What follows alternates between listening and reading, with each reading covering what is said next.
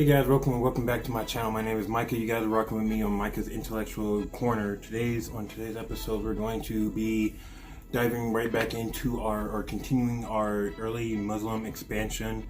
Today we're going to be doing the fall of Jerusalem and the Battle of Jalula. Last episode we went ahead and did the Siege of Ctesiphon. Now, as most of you guys know, this is season 2 of the Muslim expansion. So after this season, we actually are going to go double back and visit the first season of the early Muslim expansion and see how it all began and stuff like that. But that is a 1 hour or 2 hour documentary, so we will be breaking it down to like 5 different pieces. Join me again. Don't forget to like, comment, subscribe. With that being said, let's just go right into it.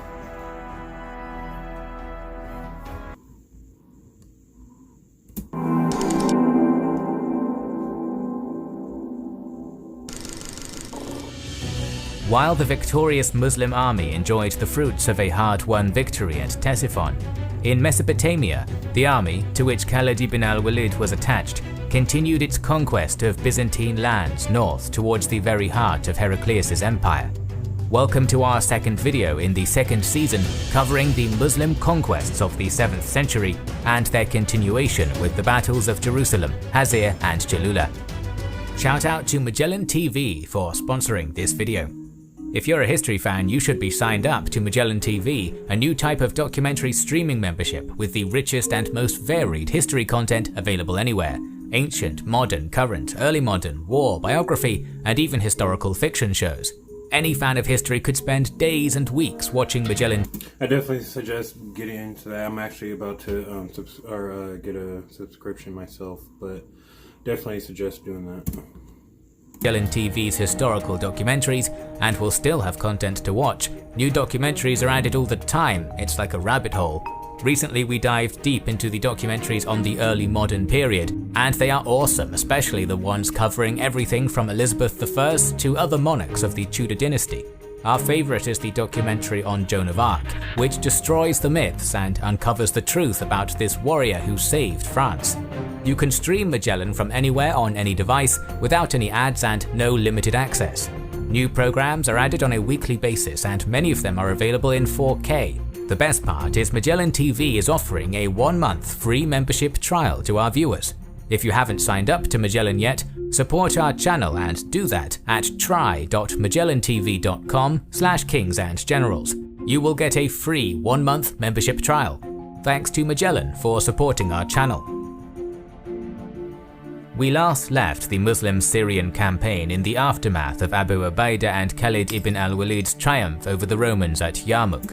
Okay guys, so yeah, as we can see, we're coming in right after, I'm pretty sure the end of the 2-hour documentary they have right before this, the season 1. So pretty much we're seeing the Muslim forces starting to break up into the Byzantine Empire and break their one big empire and break it up into 2 separate pieces as their road on to Egypt continues.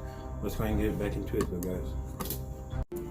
We last left the Muslim-Syrian campaign in the aftermath of Abu Ubaidah and Khalid ibn al-Walid's triumph over the Romans at Yarmouk. Exhausted from that long 6-day struggle, the Muslims remained camped around Jabia for a month, collecting the bounties of war and recuperating their strength. The scant few of Heraclius' warriors who survived the massacre fled north to the relative safety of northern Syria, leaving Palestine at the mercy of the Islamic forces.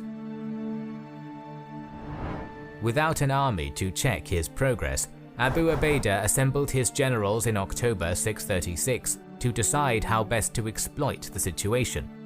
Some argued for an attack on the strategic linchpin of Caesarea, a coastal fortress whose garrison could be indefinitely reprovisioned by the Roman navy if besieged, but which could also serve as a potential beachhead for a counterattack if not taken. If the Muslims got it, the campaign for Palestine would be over. However, other commanders pointed inland towards a much simpler and symbolically enticing target, Jerusalem. Not only could this isolated city be strangled into submission with relative ease. Yeah, definitely. I feel like laying siege to the fortress, the coastal fortress. I don't think they said a name, but I feel like that would take like up to a year, if not more, probably more. That's a fortress, you know what I'm saying? The only thing that may be able to break that up is the fact that they're starving to death inside. But if they get Jerusalem, that's not only, you know, a very big city, that would do a lot of psychological warfare on the Byzantine Empire at this point. So yeah, I would definitely say go for Jerusalem myself. That's just me though. If I'm back, you know, 1,000 years ago. Alright guys, let's get back into it though. Not only could this isolated city be strangled into submission with relative ease, but the loss of their holiest place would be a crushing blow to Roman Christian morale. Unable to come to a decision, Abu Ubaidah sent a message to Caliph Umar asking his opinion. The reply was simple: take Jerusalem. So Abu Ubaidah led the Muslim army straight at the holy city. Realizing what was about to happen, Jerusalem's patriarch Sophronius secretly sent the holiest Christian relics, including the True Cross, off to Constantinople by sea. That's pretty cool, to be honest with you. For all those like super ancient relics that probably don't even, obviously over 90% of them aren't even, you know, available today. Just to know that they're around ago. That was pretty cool. Keep it going, guys. Secretly sent the holiest Christian relics, including the True Cross, off to Constantinople by sea. The raiding Arab Mobile Guard under Khalid reached Jerusalem sometime in November, just before the rest of the army, and this prompted the Roman garrison to pull back inside. Discovering to their chagrin that its fortifications had been reinforced after Yarmouk in anticipation of just such a siege, the 5 commanders, Abu Ubaidah, Khalid, Yazid, Amr and Shirabil, nevertheless blocked off all passage in and out of Jerusalem. This state of affairs continued for 4 months in a relatively uneventful siege, of which few details survive. The situation in the city must have become unbearable though, because in March 637, Sophronius offered to surrender Jerusalem if Umar himself came. Yeah, most likely, if it's 4 months, I mean, that's not super long, but that's still long enough for people to still starve to death and stuff like that. If you have people starving to death, then you have dead bodies. If you have dead bodies, they have a really nasty smell that, if that did happen, then I can see why. But if that's not what happened, then I'm not sure why. Yeah, let's get back to it. 637, Sophronius offered to surrender Jerusalem if Umar himself came and personally signed the treaty with him. When these terms became known, Shirabil suggested that Khalid, whose appearance was relatively similar to that of the Caliph, should impersonate their leader and secure a quick surrender. However, this attempt at deception failed the next morning because Khalid was far too well known in the Levant by this point. When it did, Abu Ubaidah instead dispatched a message to Medina explaining the situation. A few weeks later, having made the long journey from Arabia, Caliph Umar arrived near Jerusalem. Khalid and Yazid greeted him, both dressed in fine silk clothing, but this annoyed Umar, a firm enemy of luxury and a proponent of the Spartan way of life. Seeing his generals in such a state of apparent excess, the Caliph picked up some pebbles and threw them at the 2 stunned men, shouting, "Shame on you that you greet me in this fashion. It is only in the last 2 years that you have eaten your fill." The Caliph's rage was quickly sated when Khalid and Shirabil revealed that they were in fact still carrying armor and weapons. Yeah, I mean, and don't get me wrong, because I'm not sure how it works back in those 1,000 years ago in the Muslim religion. For a caliph and all that stuff. Obviously, that's the same tier as a king and all that stuff. But if I'm out here, risking my life to get our empire to where it needs to be, and you coming at me like that, yeah, I'd probably be pissed off too. But I don't know. I don't know how I would handle it. History is 2020. Who knows? Or 2020 hindsight. So who knows? But I would definitely be pretty pissed off though. I'm not gonna lie. In my head, at least, I would be pretty pissed off. But let's keep it going. Phil. The Caliph's rage was quickly sated when Khalid and Shirabil revealed that they were in fact still carrying armor and weapons beneath their fine outer garments. Drama aside, he quickly got down to business and negotiated with Sophronius, with the result that Jerusalem was opened to the Muslims by late April. It is said that the pact between Umar and Sophronius recognized Christians as a protected people with the right to practice their own religion in return for the jizya, but this covenant of Umar is probably apocryphal. Now that the holy city of Christendom was in his hands, the Caliph conferred with his commanders and then went back to Arabia. The Syrian army then split into thirds, with Ammar and Shirabil moving to reoccupy and secure Palestine, Yazid besieging Caesarea, while Khalid and Abu Ubaidah moved to begin the conquest of northern Syria. With the situation in the region seemingly hopeless after the Yarmouk disaster, Emperor Heraclius sailed from Antioch and withdrew back into Anatolia, intent on consolidating Byzantine military strength and protecting the remainder of his empire. Once the ship departed, it is said that Heraclius said the words, "Farewell, a long farewell to Syria, my fair province. You are in enemies now. Peace be with you, O Syria. What a beautiful land you will be for the enemy's hands." It's almost kind of crazy thinking about like how already kind of tired and more tired, and almost I feel like the Byzantines at this point too actually had the Black Plague going on too, if I'm not mistaken, under Heraclius. Not sure, not 100% sure, but I'm pretty sure that they did. That being said, that definitely added up to, them having to just give up so much land to this new force coming in, this new powerful force coming in from the south, you know what I'm saying? So that's what we can probably see, what is the main factors of what happened. So that's probably why this is like this. But let's go ahead and get back into it, guys. Syria, what a beautiful land you will be for the enemy's hands. Despite this effective abandonment, some of the Roman garrisons were still determined to resist the Arab advance. From Jerusalem, a 17,000-strong force under Khalid and Abu Ubaidah marched unopposed to Damascus and then even further north to Emesa. From there, Khalid was dispatched with his elite mobile guard to Chalcis, modern Kinnisrin, but was intercepted on a plain at nearby Hazir by 7,000 men under the town's Roman commander, Menes. He deployed his limited forces in 3 divisions, a center and 2 wings, placing himself at the forefront. Khalid charged with his Arab cavalry, and soon enough a fearsome mounted engagement was underway. After only a short amount of time, however, Menas was slain amid heavy fighting, and his troops, who loved their general, went wild with fury. Despite their numerical inferiority, the Roman troops matched the Muslims pound for pound in the head-on clash, pushing them. Yeah, I know that's another thing too. Roman soldiers back in the day, if they saw their commander give his life for them, and usually it would be a ceremony that would be off in the back, and they would see it. That would give them like strength almost to come in and pretty much do exactly what we just saw. But again, we'll see how this ends though. Loved their general, went wild with fury. Despite their numerical inferiority, the Roman troops matched the Muslims pound for pound in the head-on clash, pushing them back a little, but committing themselves too much. To exploit the opportunity, Khalid detached a unit of cavalry from one of his wings and led it around the Byzantine line, attacking his enemy from the rear and defeating them.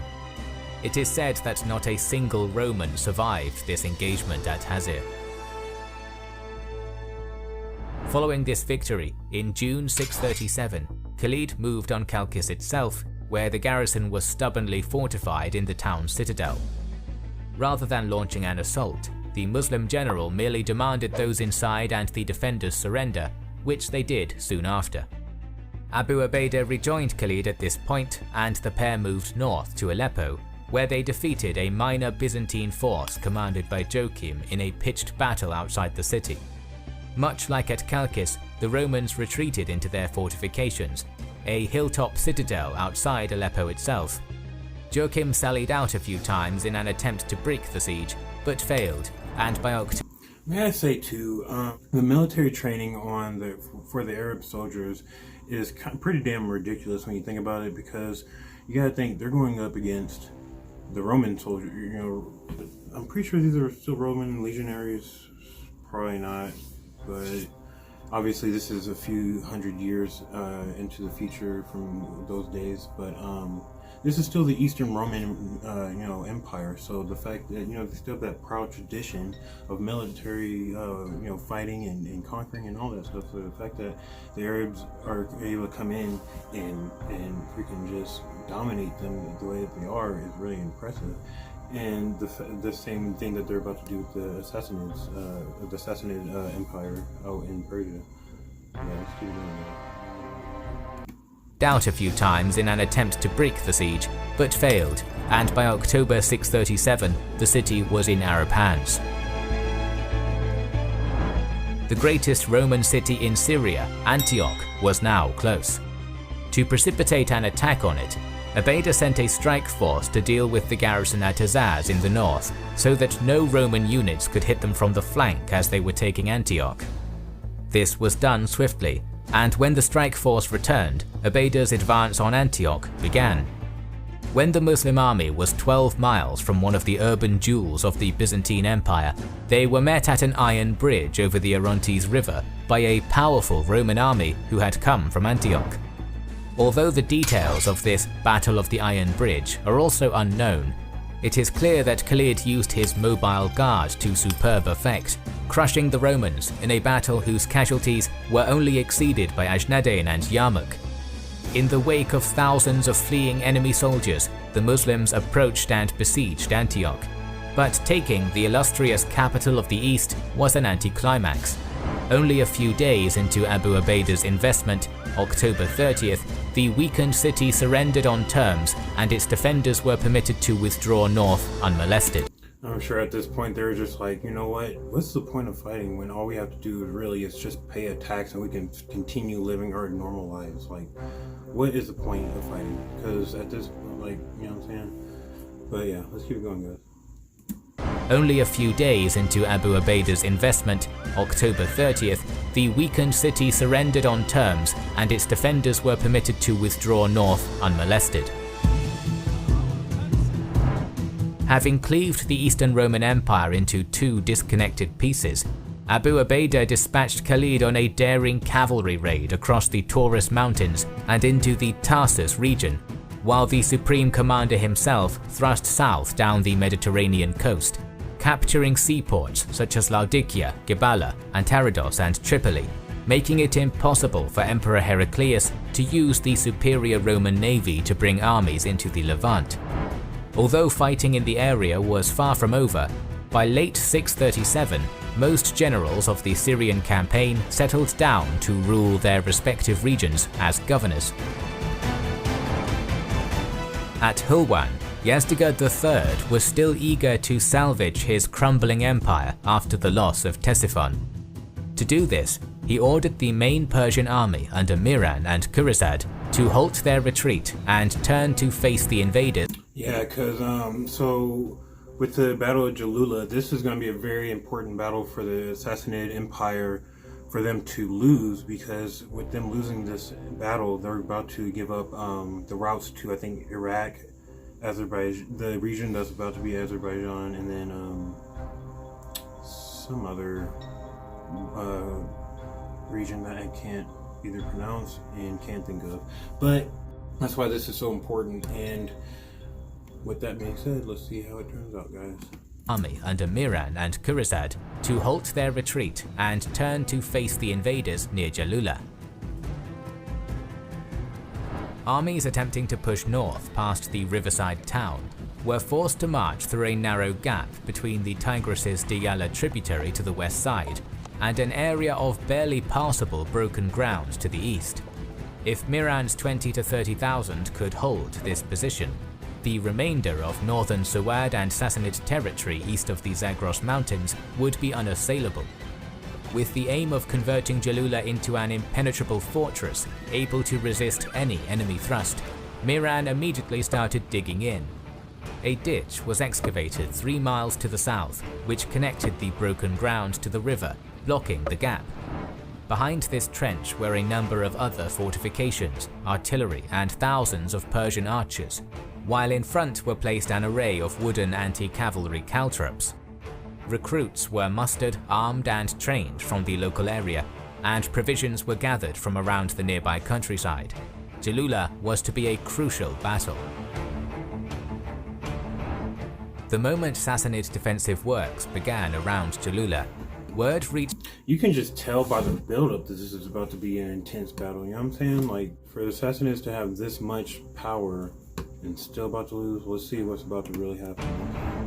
The moment Sassanid defensive works began around Jalula, word reached Sa'd in Ctesiphon that this was happening.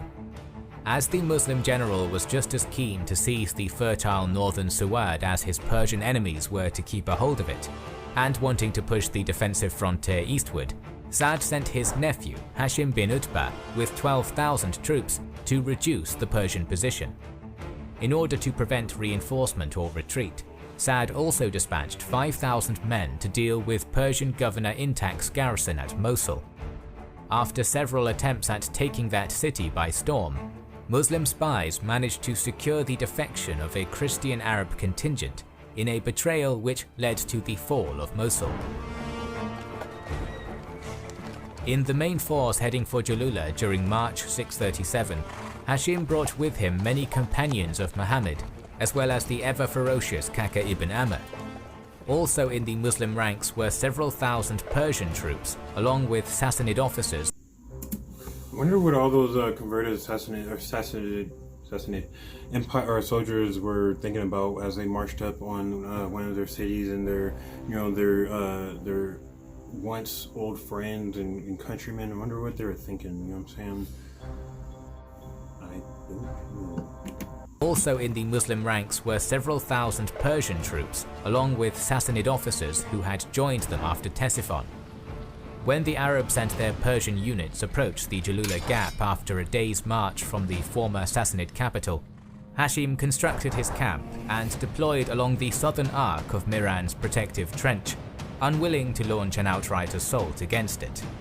So the situation remained in this manner for many months, during which reinforcements, provision and money were channeled into the fortified city from Hulwan, where Emperor Yazdegerd was continuously rallying additional forces. Aware that his situation was only going to worsen with time, Hashim ordered several attempts at storming the fortified ditch. Despite the disconcerting failure of Miran's wooden caltrops to stop Arab cavalry, Persian missile troops managed to overwhelm and repel these attacks. Afterwards, the Sassanids replaced the wooden obstacles with more effective iron ones. Demoralized due to their lack of success in breaking the Persian line, the Muslims ceased offensive actions for a while, and that gave Miran an opportunity of his own. Yeah, I feel like whenever you do these type of attacks, you can't just like charge right at them. You gotta try to break off some type of supply channel, some type of something. You know what I'm saying? Like maybe off to that road where the state supplies of men are coming. You know what I'm saying? You gotta break off something. Success in breaking the Persian line, the Muslims ceased offensive actions for a while, and that gave Miran an opportunity of his own. Utilizing the constant steady stream of reinforcements coming his way, the Persian general began launching sorties against Hashim's positions, inflicting losses and gaining confidence as he did. Although the Muslim army was easily able to fight up to 80 of these attacks off when they arrived and pushed Miran back into his fortifications repeatedly, there was still no way to break the deadlock. With little other option, Hashim sent word back to Ctesiphon that he required reinforcements. Sa'd initially sent 600 infantry and 400 cavalry to bolster the army at Jalula, but this total was barely enough to replace the losses suffered during 8 months of battle and light siege. So soon after, another 500 cavalry reinforcements were dispatched, which included many. I'll say anytime the Muslims ask for more men, they always end up breaking some type of deadlock, some type of siege, some type of something with just that little bit of extra men they needed. Always. I'll go with that. So soon after, another 500 cavalry reinforcements were dispatched, which included many competent Arab tribal chiefs who had fought against the Caliphate in the Ridda Wars. The Persians, having been themselves reinforced by Yezdegerd and emboldened by Muslim inability to break their defences, now decided to go on the attack before Hashim was further reinforced. Miran also realised that simply waiting wasn't going to win him the battle. The only way to make the Muslim invaders leave was to inflict a decisive defeat on them. Deployment for an assault began with haste. Such Sassanid preparations for a major attack could not be concealed, and it immediately attracted Hashim's attention. This state of affairs was, however, also favourable to the Muslims, who were utterly sick and tired of sitting helplessly outside Miran's fortifications. So, to facilitate a pitched battle, Hashim withdrew his forces a short distance to the south, and allowed his Persian adversaries to cross their own entrenchments, thereafter arraying for battle opposite. The actual order of battle at Jalula is obscure to us, but we do know that two former apostate chiefs, Amr bin Madi Karib of the Zubayd family and Taleha bin Kalewa. It almost kind of seems like the Sassanid army kind of pretty much gave them a kind of a better position, because now they don't have to deal with all those caltrops and all that stuff. Pretty sure they still got to deal with some archers, but it's really not that bad now, because now they can at least move all around the battlefield instead of being stuck at that river and caltrops. So that might have hurt y'all a little bit. Let's see how it goes. Chiefs, Amr bin Madi Karib of the Zubayd family and Taleha bin Kalewad of the Banu Asad, were given command of the cavalry and infantry respectively.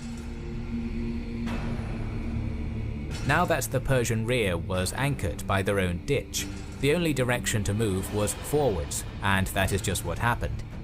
At Miran's command, the Battle of Jalula proper began with a full-scale Sassanid attack along the entire front, with archers and javeliniers loosing their projectiles before melee troops made contact. The charge struck with devastating impact, but Hashim's Muslims nevertheless resisted stalwartly for a time, refusing to give an inch of ground. This didn't last long, however, as the ferocious assault, fired up by constant shouts swearing vengeance for Qadisiyah and Ctesiphon, began punching small holes in various places along the Muslim line. Ooh, can you imagine being in all that freaking chaos, just trying to fight for your life, you know what I'm saying? And just having adrenaline pumping through your body, feeling like a shot of lightning shooting out your butt, you know what I'm saying? Guys, let's keep it going. But Hashim's Muslims nevertheless resisted stalwartly for a time, refusing to give an inch of ground. This didn't last long, however, as the ferocious assault, fired up by constant shouts swearing vengeance for Qadisiyah and Ctesiphon, began punching small holes in various places along the Muslim line. These successful thrusts endangered the integrity of the entire Muslim front, and it was immediately clear to Hashim that the danger of total collapse was very real and perhaps imminent.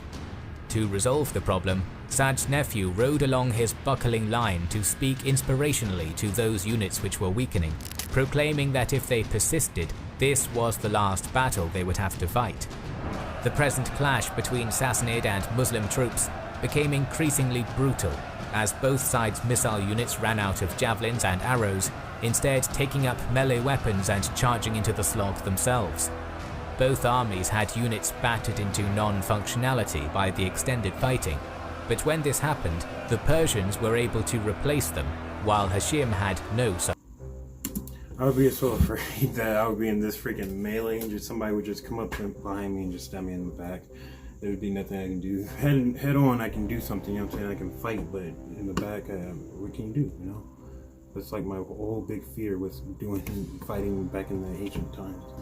Alright guys, let's keep it going. The present clash between Sassanid and Muslim troops became increasingly brutal, as both sides' missile units ran out of javelins and arrows, instead taking up melee weapons and charging into the slog themselves.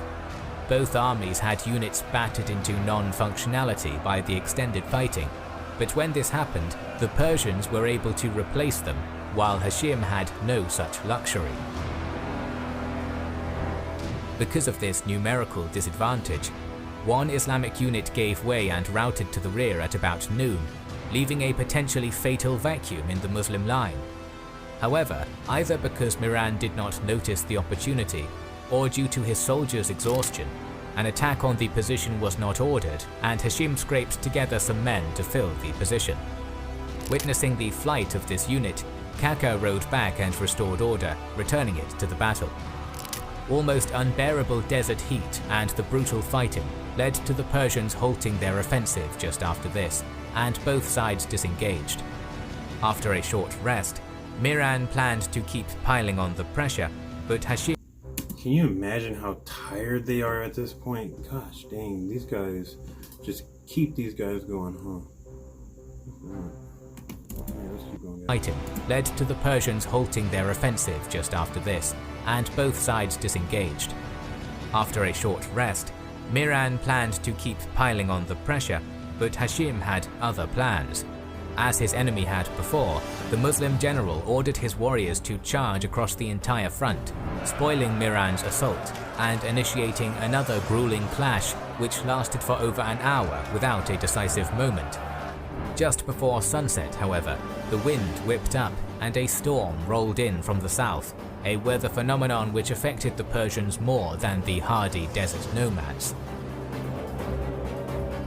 As the wind was now at the Muslims' back, granting them momentum in the advance, Hashim signalled Kaka ibn Amr to embark on a maneuver they had prepared beforehand. While his general kept Miran occupied in the front, the buccaneering Arab warrior took a regiment. Obviously, a sandstorm rolled in, which, as he stated, the Arab tribesmen were used to. I feel like obviously gave Muslim army a much better advantage over the Sassanid army, which also, if you, I feel like probably even bolstered their morale up a little bit, because if you think about it, they could have even interpreted it as something divine. Keep it going. Whipped up and a storm rolled in from the south, a weather phenomenon which affected the Persians more than the hardy desert nomads. As the wind was now at the Muslims' back, granting them momentum in the advance, Hashim signalled Kaka ibn Amr to embark on a maneuver they had prepared beforehand. While his general kept Miran occupied in the front, the buccaneering Arab warrior took a regiment away from the left wing unnoticed and managed to circle around the Persian rear. Instead of attacking immediately, Kaka left most of his outflanking force in a sheltered area to stop them being seen, then took a few outriders and a man with an incredibly strong voice close to the main crossing point over the Persian trench. Following the call, multiple things happened at once. First, the Muslim army, deceived by their own into believing that their general had reached the trench alone, attacked with renewed vigor and peak morale. At the same time, worried that large numbers of Muslims were now behind them, individual Sassanid units who did not have a strategic overview of the field panicked, lost cohesion, but did not break. The coup de grace was administered by Kaka himself, whose flanking force charged upon hearing the shout, whirling into Miran's flank like a thunderbolt. At the impact, the Sassanid line was rolled up before being encircled entirely. Still, however, the Persian forces were stalwart, refusing to collapse utterly despite their unwinnable situation. Muslim forces continued attacking the encircled but still resistant forces of Miran all day, losing troops as they did. However, the Sassanid soldiers were only human. At sunset, as the sky began to darken, everything fell apart and the Persians routed, only to be cut down as they fled. A great mass of them, driven into the ditch and their own iron stakes by Hashim's army, perished terribly. Up to half of the Sassanid army perished at Jalula, while the remainder, including the town garrison, fled in the direction of Hulwan, and the town itself fell in December 637. Shortly after, Kaka rode in pursuit of the retreating enemy and defeated them, first at Kenikine, before besieging and capturing Hulwan in January 638. Emperor Yazdegerd retreated beyond the Zagros. When Kaka subsequently wrote to the Caliph asking permission to operate deeper in Persia, Umar would have absolutely none of it. Forbidding the operation, he replied, I wish that between the Suad and the hills were a wall which would prevent them from getting to us and prevent us from getting to them. The fertile Suad is sufficient for us, and I prefer the safety of the Muslims to the spoils of war. Expansion to the east was halted, but the Muslims were now looking towards the jewel in the Roman imperial crown, Egypt. Our series will cover the campaign in Egypt. Alright guys, we'll go ahead and stop it right there. So, as we can see, I guess at this time they weren't trying to go any further into Persia, but as we all know that they eventually do. With that being said, thank you guys so much for joining me on this great history video, the early Muslim expansion, season 2, video 2. With that being said, we're going to be doing, I believe, another history video tomorrow, and then a science video after that. With that being said, thank you guys for joining me on this episode. Please don't forget to like, comment, subscribe. With that, I'm out. Peace.